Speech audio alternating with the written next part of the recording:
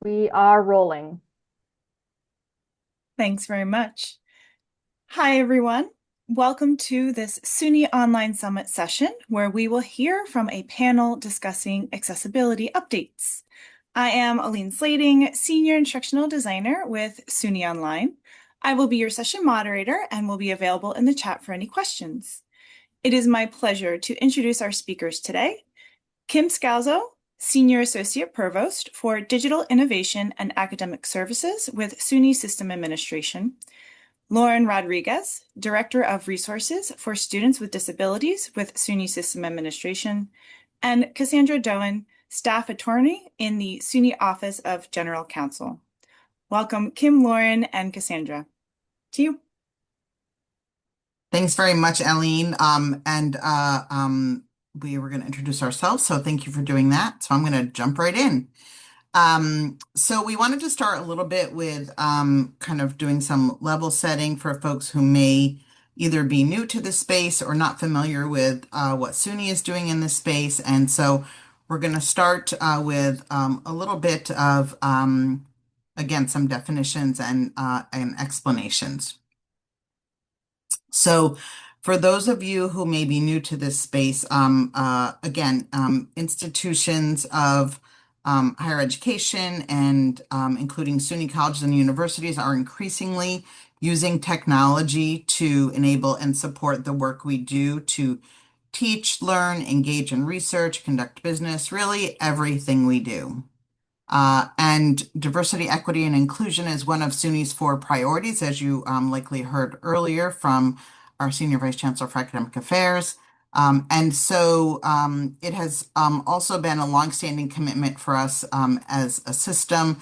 And so with that, we recognize that with our increasing reliance on technology, we have a comparable responsibility to make sure that all members of the SUNY community, including visitors to our campuses and our websites, have equitable access to everything that we do. This includes individuals with disabilities as well as anyone who may be temporarily disabled. And we know that we have to account for that in our program offerings, our services, and our activities. So when we say SUNY and EIT accessibility, that is what we mean. Let me just say a little bit about EIT. You're going to hear that acronym throughout this session. That stands for Electronic and Information Technology Accessibility. So to unpack that, what does accessible mean? It means in the case of a program or activity that it is readily usable by a particular individual with or without alternate formats. And in the case of web and electronic resources, which again, we're increasingly using, that refers to accessibility with or without a use of assistive technology. And this is from a report that I'll refer to in a second. And EIT accessibility then is the practice of sustaining electronic and information technology environments that enable individuals to acquire information, engage in interactions, and enjoy services regardless of whether or not they have a disability. And we give a few examples there. So again, just level setting on some of the terms and the definitions that we use in this work. So usually when we talk about what SUNY's doing in EIT accessibility, we start with kind of where it began. And this work began several years ago now, going back to prior to 2017 when several of our campuses were receiving complaints from the U.S. Department of Ed Office of Civil Rights. As a result of those complaints, several folks across the campus came together and formed an EIT accessibility committee. So that committee, was looking at what is happening, what are we required to do, what are the nature of those complaints, and what should we be looking at in terms of SUNY as a system. So those discussions kind of evolved into creating a draft report and ultimately a recommendation for a policy at the SUNY level, which for us goes through our Board of Trustees. So that report was put together, was vetted with our campuses, was shared out through all of our governance processes, and ultimately resulted in a policy resolution that was adopted by the Board of Trustees in 2019. So all of that happened leading up to our policy in 2019. On the next slide, I'm going to give you the links to our policy and that report that I mentioned that informed the policy.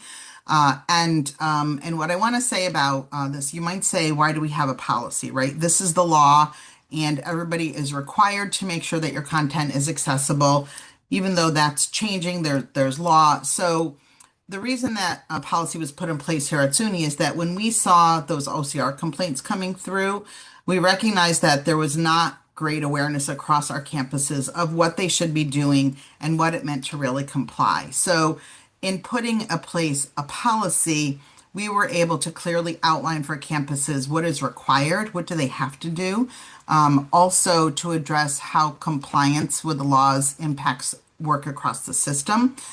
We were also able to emphasize, and we've been talking a lot about the fact that this is not one person's responsibility, and it can't be done in one office. It can't be just, the accessibility office or the disability office. This is really everybody's responsibility. And with the policy, what we're able to do is provide detail on the expectations of campuses to meet the requirements. We're able to ensure that someone on the campus owns that responsibility for working across their campus. And we're able to put procedures in place for campuses to outline how they will meet those requirements, which sometimes is helpful. We can also then monitor at the system level how campuses are doing and where they need help from us at system admin. And so a lot of what I think we're going to talk about today and what you're going to hear is what are we doing to support our campuses? And all of that came from the fact that we keep pointing back to this policy and trying to make sure that campuses are meeting the requirements. So we have a policy. What is included in that policy? It says that EIT accessibility must be recognized as the responsibility of all administrators, faculty, and staff. And so again, reinforcing that it's everybody's responsibility. The policy also says that we at System Administration and every campus should develop a plan, shall develop, purchase, host, and acquire to the extent feasible web pages, websites, hardware, and software that are accessible to persons with disabilities. So kind of putting it right out there. Um, uh, every campus and us at System Admin, we must have an EIT accessibility officer. So somebody who's the lead person that is responsible for that on the campus. Not that they have to do everything, but they have that coordinating role. And that campuses must have a plan. And there are core elements to the plan that were outlined in the policy that each campus must address. We also said that plans should be modified and updated over time, and that annual reports should be provided to the chancellor on progress. So this is where we're leveraging the plan to give campuses some detail on what they're supposed to be doing and how they're reporting that back to us. Within our plan and within that report that was put together by that accessibility committee, we outlined 5 areas of accessibility standards. And these are SUNY level standards. So what we say as a system that we want. And for each of those standards, they are defined and there's implementation guidance provided at the website that you see on the screen. And the standards outlined in that final report and recommendation should be used as a baseline for EIT compliance and inclusion. And institutions are encouraged to exceed those required benchmarks outlined in the standards. And the one thing that I will just say is that these standards were developed in 2019. It is now 2026. A lot has changed, including the requirements for a Title II. And so we are actually going through a review of those standards right now to make sure that they are compliant with current WCAG levels and with the new New York State law and federal requirements, which we'll hear about in a second. So those are the 5 standards. Other elements of the plan say that we will create communities of practice to propose necessary changes to the standards over time. You'll hear how we're doing that in a little bit later in the session.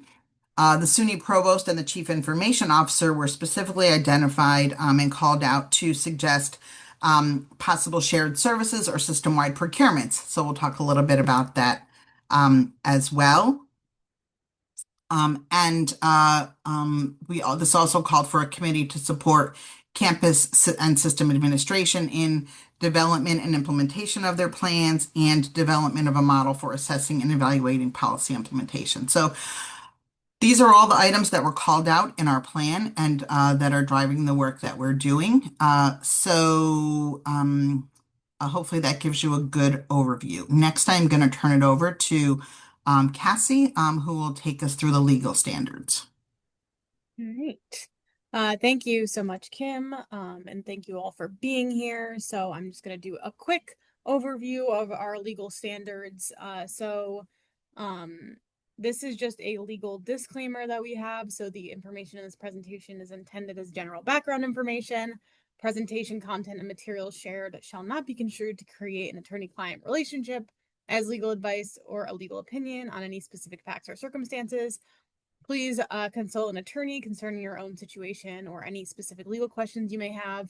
Laws can change often and information can become outdated. All rights are reserved. This presentation may not be reprinted or duplicated in any form without the express written authorization of SUNY's Office of General Counsel. Okay, so moving on to the new rules being a paradigm shift. So I want to discuss our legal obligations when it comes to web accessibility. As Kim mentioned, we've been required to make digital content accessible for a long time per the law. However, these new laws I'm going to discuss create a paradigm shift. So it used to be that we were required to make things accessible on request or as necessary. Now we have the New York State Executive Law Section 170F, Title II of the Americans with Disabilities Act, Web Accessibility Regulations, and then also the Health and Human Services Web Accessibility Requirements. The legal shift here is that now we're required to make certain digital content accessible from the start rather than through accommodations. This is similar to architecture under the ADA. There are requirements for both new buildings and existing buildings for physical accessibility. And these have to be done regardless of whether someone's going to be utilizing those accessible features. So that's the analogy of architecture and building standards. Moving on, so just to go over Title II of the Americans with Disabilities Act. So Title II of the ADA applies to state and local government entities.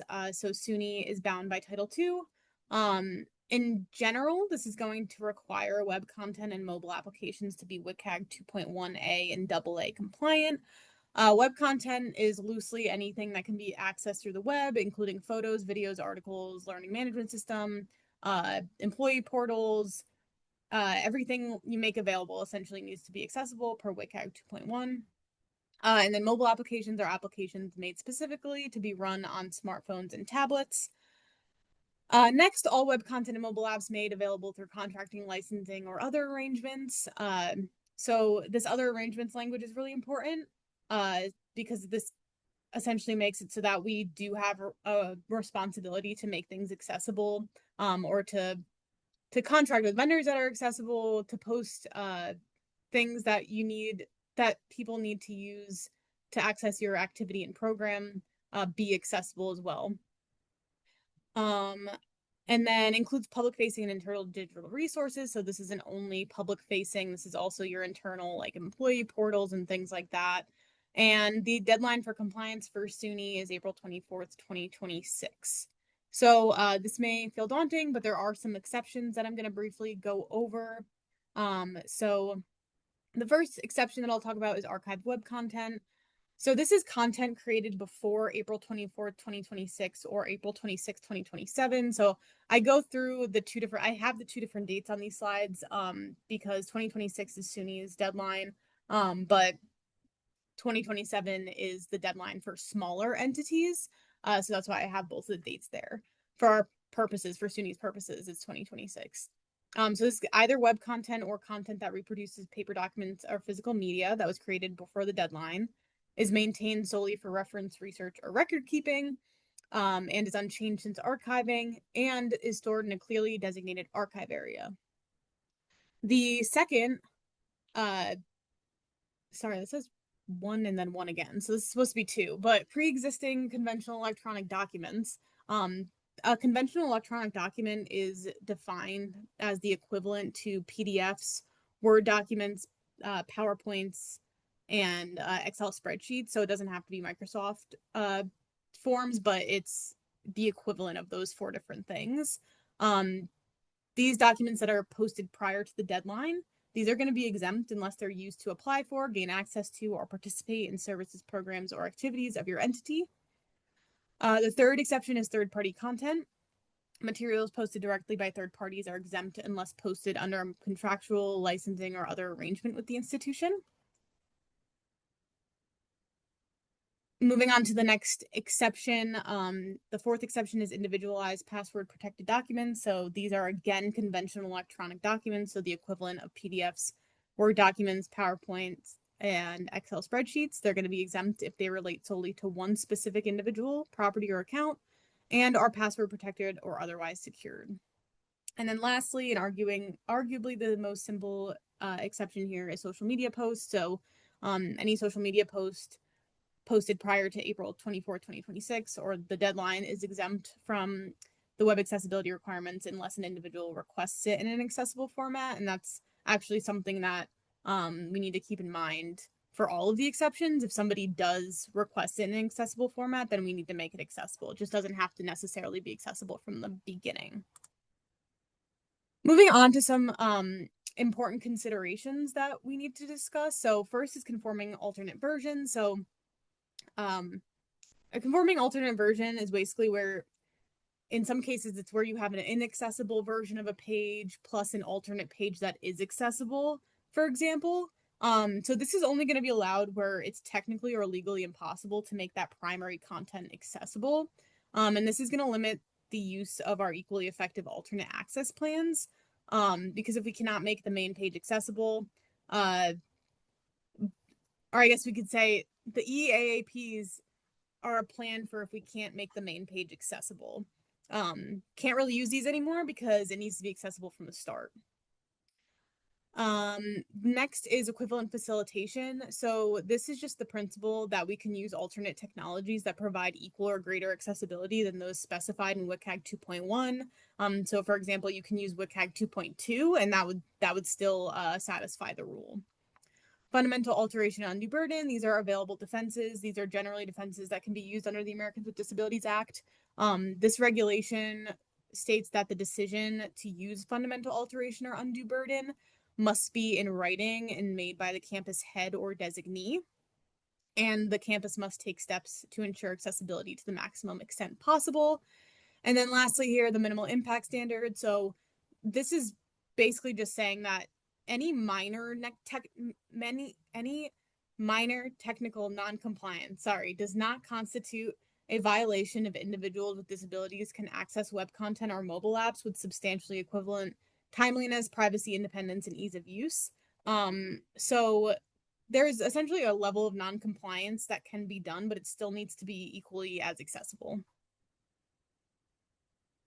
Moving on to the Health and Human Services regulations. So this regulation only applies to SUNY campuses that receive funding from the U.S. Department of Health and Human Services.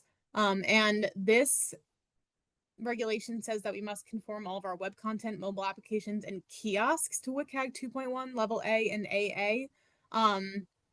A kiosk is essentially a self-service transaction machine.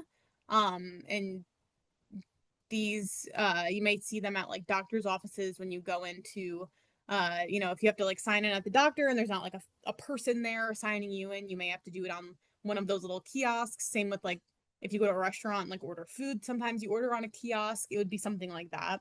The deadline for compliance is May 11th, 2026. So just a few weeks after the Title II web accessibility regulations go into effect. And then the HHS Section 504 regulations, they actually mirror the Title II web accessibility regulations almost exactly, including the same 5 exceptions that I went through, the equivalent facilitation options, and the same standards for fundamental alteration or undue burden. The main difference here is that the Health and Human Services regulations include kiosks, whereas the Title II regulations only requires compliance with web content and mobile applications.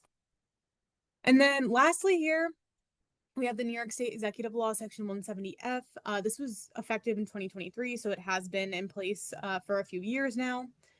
This law applies when entities, including SUNY, enter into or utilize a state contract for services, and the contractor provides a website as part of that work. So technically, the law applies to the contractors. The contractor is responsible for ensuring the website complies with the most recent version of WCAG, which right now is actually WCAG 2.2. And then I will hand it over to Lauren. Thanks, Cassie. I did put the links in the chat to the Title II, the HHS, and the New York State executive law. So, all right. So now it's my turn. I'm Lauren Rodriguez, and I'm going to talk a little bit about our SUNY EIT Accessibility Advisory Committee, which we reformulated and kicked off in June 2025. So we're happy to share with you that this group convened this past June is made up of representatives from a wide variety of positions across a large number of SUNY campuses. On the next slide, the EIT Advisory Committee's role is to advise and make recommendations to the Provost Office and SUNY System Administration on all digital accessibility matters across the entire system. So this could include the EIT accessibility policy, and standards, which Kim referenced in the beginning, any campus accessibility plans and reporting, evolving industry standards, and relevant New York State and federal laws and regulations. Additionally, this group will work on system-wide shared procurements and services to support campus EIT accessibility efforts. And this committee really has an active role in promoting and supporting professional development as well. On the next slide, we wanted to share with you the advisory committee structure. So there's a variety of representatives on the committee. It includes representatives from campus members and system members. So the campus members can vote, and the system members are part of the group to provide support and policy guidance. So membership includes 7 EIT officers. We have the president of the University Faculty Senate, Faculty Council of Community College, and the president of the SUNY Student Assembly. We also have representatives from the chief academic officers, the chief information officers, chief diversity officers, disability services officers, library leaders, procurement officers. We have a doodle representative, and then chief financial officers from both the state-operated campuses and community colleges. In addition to that, we have subcommittee co-chairs representing the 5 standards that Kim also went over in the beginning. So web accessibility, digital content accessibility, classroom accessibility, library, and procurement standards. All right, and the next slide. And a bit about what the current activities are for this academic year. So the advisory committee has been very busy. Some of their projects includes establishing a short-term working group to look at VPATs and HECVATs and consider best practices for reviews and repositories, with the goal of providing a framework for campuses and for system and making sure software meets accessibility standards. So that's one group within the advisory committee is working on that. They've also been tasked to review the existing standards and make sure that they align with the new New York State and federal laws that Cassie went over. And then coming up shortly, they will be tasked with developing a maturity model for campus plans. We really need at the system level to restart the collection of campus accessibility plans and then set forth the plan for campuses to work towards. So that will launch sometime this spring or summer. Next slide. And so in this section, Cassie, Kim, and I are going to go over a variety of things, but we really wanted to frame it out in the accessibility support that we have been providing to the campuses, and we're covering about from 2022 to the present time. Thanks, Lauren. So just a few things that we want to talk about that the Office of General Counsel has done in the past. So we put out a guidance memo that went both to the state-operated campus and the community colleges on July 24th, 2025. And based off of that regulation or the guidance memo, we put on a series of webinars. And Kim, Lauren, and I present to a ton of different groups. We've probably done 25 or 30 presentations at this point on this subject. So we do a lot of webinars. We've created standard RFP and contract language that is currently out there for use. We put out the notice to SUNY vendors providing digital resources just a few weeks ago. So this is just, this serves as a notice to vendors of our responsibilities for digital accessibility per the laws that I went over. And it also outlines the documentation that we're likely going to ask vendors to produce when they want to go through our procurement processes. We also helped launch the Campus EIT Accessibility Assessment Survey, which is due March 3rd, 2026. The goal of this survey is to assess where campuses are relative to the Title II requirements and some of our SUNY policy, and also to identify where campuses may need more help, and also to make sure that people know what campuses might be doing really good work in this area so that they can reach out to those campuses as well. And then a lot of individual campus consultations with the state ops, so my clients, and please be sure to consult your legal counsel with any of your specific questions that you have. All right, thanks, Cassie. Back to Lauren. All right, so we do have a very active community of practice for several years now. And as mentioned before, our Board of Trustee policy requires that each campus has an EIT accessibility officer. And this might not be just one person. There's often on campuses a few who work together. At the system level, we convene monthly meetings with the campus EIT officers to provide updates, share progress on the work of the advisory committee, and then invite campus or guest speakers to discuss relevant topics, get feedback from the campuses on current needs, and include time for question and answers with our peers. One example seems like forever ago, but in December 2024, we invited Mary Lou Mobley from the Office of Civil Rights in the U.S. Department of Education to come discuss the updates to Title II, impact specifically on higher education, and answer questions to the audience. And in addition, we manage a SUNY-wide EIT accessibility listserv that's open to anyone interested in joining. So this is a great vehicle for campuses to connect with peers on specific EIT accessibility issues. On the next slide. We wanted to go over a little bit about the current funding that's out there that could be utilized to support your efforts in this space. So thanks to the historic investment by Governor Hochul and the legislator in SUNY's operating budget, SUNY has invested $10 million per year to support the state-operated campuses and increasing support for students with disabilities.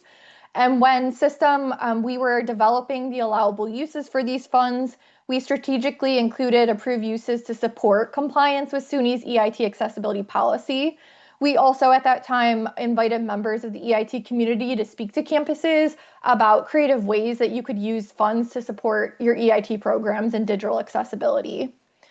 Additionally, at the system level, we oversee and allocate the New York State Department of Education's Enhancing Supports and Services for Students with Disabilities for Post-Secondary Success Grant. This grant is available to both state-operated campuses and community colleges. And again, wanting to call out that allowable uses include supporting compliance in this space. On the next slide, most recently, SUNY is pleased to make one-time funding available to assist with compliance efforts through a new Title II EIT accessibility grant initiative. I believe the call for proposals went out in November, December, and they were due. Notices were awarded in January, so all campuses submitted their requests. Overall, the awards were capped at $10,000 per campuses. The allowable uses aligned with items that support compliance with the new Title II regulations under the ADA. We had 55 campuses who applied for funding and all were successfully awarded funds. These are one-time funds. They'll be used by the end of this June, the end of the fiscal year, and project reports that campuses will submit are due July 15th. So we'll have additional information about, really how the funds were utilized and also the impact of said funds at the campus level. All right. On the next slide, we really wanted to capture a great website that the SUNY Center for Professional Development put together, which I will throw in the chat. But essentially, they have really captured across the system different resources to support campuses and employees in the digital accessibility space.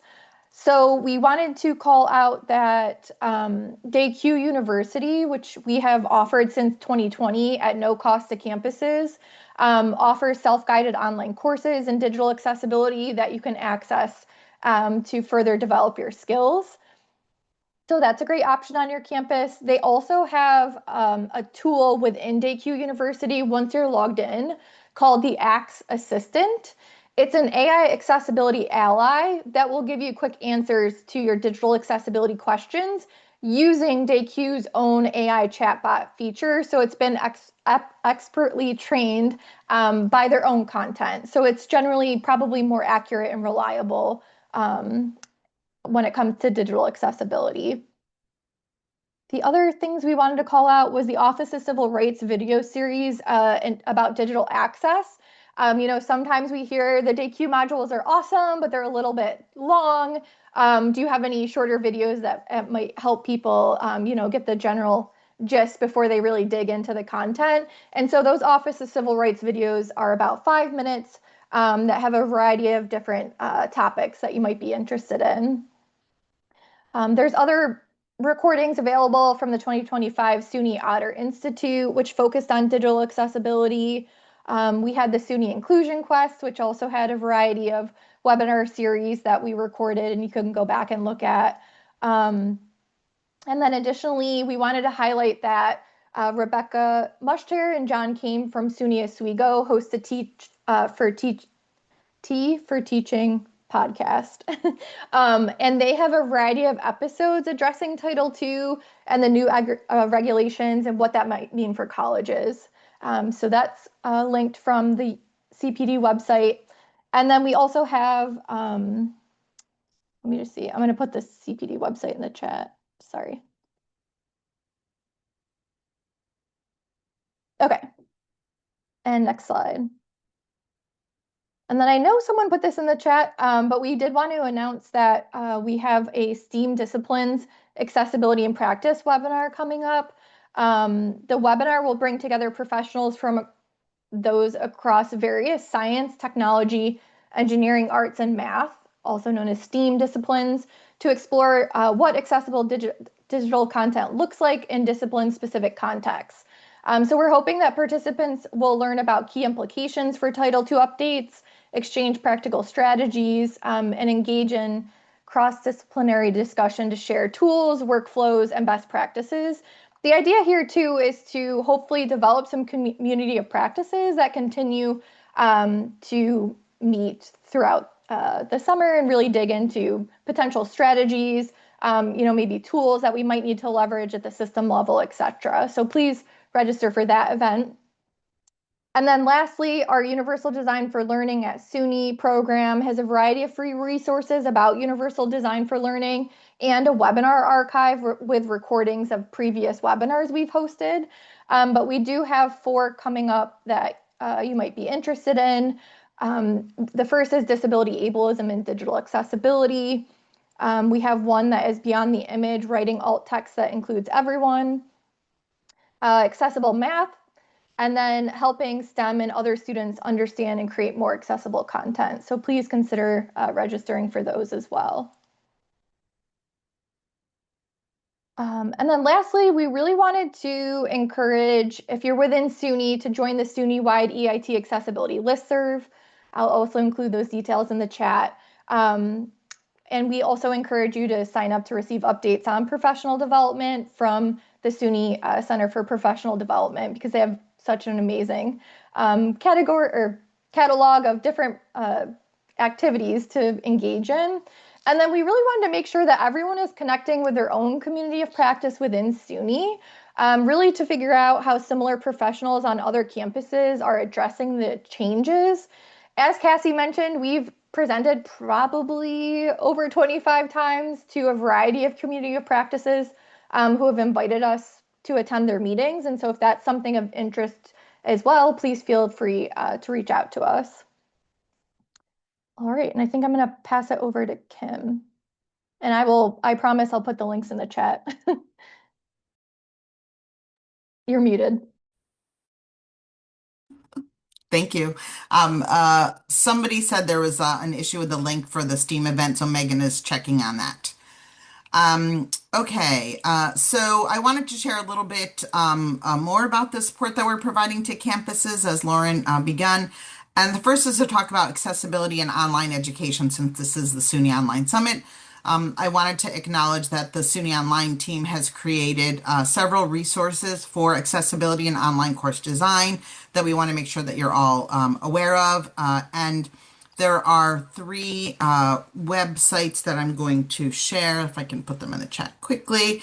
The first is just a general resource page for accessibility for online course design with lots of tips and tricks and links to things that you might find helpful. The second is the SUNY Online course quality review rubric, which has been mentioned previously today and includes specific standards for accessibility. And then finally, the accessible course content checklist, which should be helpful. And Alex, I see that you put another link in the chat as well. So again, specifically for those of you in online education, wanted to call out that the SUNY Online team has been thinking about this. I also wanted to mention that we recognized probably, I don't know, almost 2 years ago now that, one of the hardest things that we have to do is get to all the individual faculty. And we know that when it comes to accessibility of course content, faculty are responsible for their course content and are responsible for, making any changes that may need to be made for accessibility. So building on a successful program out of SUNY Oswego, we launched between the Provost Office and the Office of Student Success, the SUNY Accessibility Advocates and Allies Faculty Fellows Program. And so this is really about creating faculty as champions on their campuses to lead accessibility efforts, particularly targeted at faculty. The goal of the fellowship is to have them, work on a project that is about engaging faculty to improve accessibility practices on their campus. It focuses on universal design for learning and helps to kind of help them think about how they can partner with the EIT accessibility officer in building a culture of accessibility. And I should say partner with others across the campus as well, not just the officer, but they can be a partner to the EIT accessibility officer. This is a 1-year fellowship appointment that has 3 parts to it. The first part is about discovery, kind of understanding what is the landscape on your campus, what's in place, where are there gaps. The second part is a planning phase, which is where they are planning and designing a program for their campus to get to and support their faculty. And then the third part is execution, really implementing that plan so that they can really see that through and hopefully impact the folks that they are interested in supporting. Jay, I see your question in the chat. Do they have to be full-time faculty? Yes, they should be full-time faculty. There are the criteria for the faculty is outlined on the website. I don't know if I mentioned this, but we each cohort, we've done 2 cohorts of these fellows. From one for 25, and these are calendar years, January to December, and one for 26. Each cohort has been 11. So cohort 2 literally just kicked off last month, and they are off and running. Just to keep going, with all the work that we've done, there's other opportunities and areas of focus that we've identified that we are still working on and will continue to work on. The first is accessibility and AI. So I mentioned this in an earlier session. We have a task group through the Faculty Advisory Council on Teaching and Technology that is looking at that intersection between AI and accessibility. So how can AI be brought to bear to close accessibility gaps? And so we're looking forward to their report this May at the Conference on Instruction and Technology.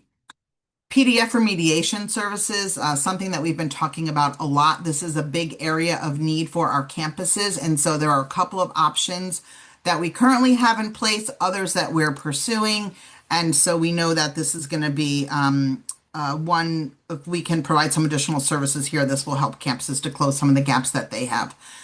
A lot of discussion in the procurement space, working with vendors and third-party providers. You saw that Cassie shared a link for a notice that we've provided to vendors, but we know that not all vendors' products and platforms are completely compliant, and sometimes what they say on their website and what's reality may not be the same. So this is an area that we are working with our campuses on. We also, I think, have gotten some questions about how to read the ACRs, the accessibility conformance reports that we get from the vendors. So we're trying to think about how we can help campuses be better prepared for that. So that's something that we're working on. System level program manager for EIT accessibility professional development. So within SUNY's Center for Professional Development, there are dedicated program managers in particular spaces where we have identified a high priority or an ongoing need. And I'm pleased to say that we are working with CPD to add a new program manager for EIT accessibility. They're currently searching for that person. So we're looking forward to that person being in place in the near future. And then finally, demonstrating work towards compliance. So I think we've gotten a lot of questions about, what does that mean and how do we make sure that everybody knows what they should be doing to demonstrate that they're working towards compliance. And so I'm just going to come to this next slide, which is some of the support or some of the guidance that we're providing to campuses, which is, again, compliance best practices. How do you demonstrate that a campus is working towards compliant? And I want to give a shout out to some of the work we've been doing with SUNY's Office of Risk Management and Compliance, along with myself and Lauren and Cassie and others who've been working with us. So this is the list that we collectively came up with. So the first is to make sure that you have a campus EIT accessibility team that represents all major divisions and departments across the campus. And I want to say we're really modeling this at System Admin because we've engaged multiple departments and offices in our work, and that's what campuses should be doing as well. That you have a campus EIT accessibility plan in place. We've given you a framework from our policy that SUNY campuses can use. So campuses need to have a plan in place, and you should be demonstrating that. An inventory of assets. So what are your digital documents, websites, web applications, and following along on that, have you done a complete audit of those assets, indicating the status of compliance for each item or set of items so that you know kind of where you're all set, where do you still have work to do, and what is the status of everything. Plans and process with timelines for remediation of any assets that are not compliant. That's going to be, I think, really important, as you get to the point where, that deadline is approaching, you're able to say that. Having training available for faculty, staff, and students to ensure that creation of compliant content going forward is what you can expect from your community. And that's, I think, is going to be another opportunity. And I know a lot of folks on the campuses are offering training. We're offering training. So there's, we've got the DQ training, a fair bit available. Practice due diligence and document what you're doing, and then address gaps in compliance with third-party tools through contract renewals and extensions. Again, we know this is an area of challenge, but when you do those renewals and when you have contract extensions and when you put new contracts in place, that's really when you have the ability to, kind of be firm in your expectations and your requirements. I'm going to come back to something my colleague Karen says, Karen Chico-Hurst, who I think is on this session, says all the time, document, document, document. Make sure that you know that you can demonstrate what you're doing so that you can show to others what you're doing. So hopefully that's helpful to everybody and even beyond SUNY to take advantage of. Okay, next we have a couple of slides with some resources on them. And Lauren, I'm hoping you can be helpful in the chat here because the next couple of slides are just a bunch of links. So these are policy and legal references. So the SUNY EIT accessibility policy, And then linked from that policy is our the final report and recommendations of that committee, that Electronic and Information Technology Accessibility Committee, in May of 2019. Next is the Health and Human Services Web Accessibility Requirements that Cassie went over, the New York State Executive Law Section 170F that Cassie went over, and then Title II of the Americans with Disabilities Act website accessibility regulation. So again, having this all in one place hopefully is helpful to you. Do want to also acknowledge that the ADA put out some related resources, and I know I've been sharing these and others have as well. The first is at ada.gov fact sheet, new rule on the accessibility of web content and mobile apps provided by state and local governments, which seems like forever ago that came out, but it's been really helpful guide. ada.gov guidance for state and local governments, first steps toward complying with the Americans with Disabilities Act Title II Web and Mobile Applications Accessibility Rule. This, I think, is a helpful checklist. And then a webinar that ada.gov provided, Americans with Disabilities Act Title II Web and Mobile Application Accessibility Rule. And then finally, the Web Content Accessibility Guidelines, or WCAG 2.2 standards, which are something probably everybody is aware of and thinking about, and a lot out there. So that is the end of our presentation. I am going to stop sharing the slides so that we can see everybody, or so that I can see everybody. And we are going to open it up for questions and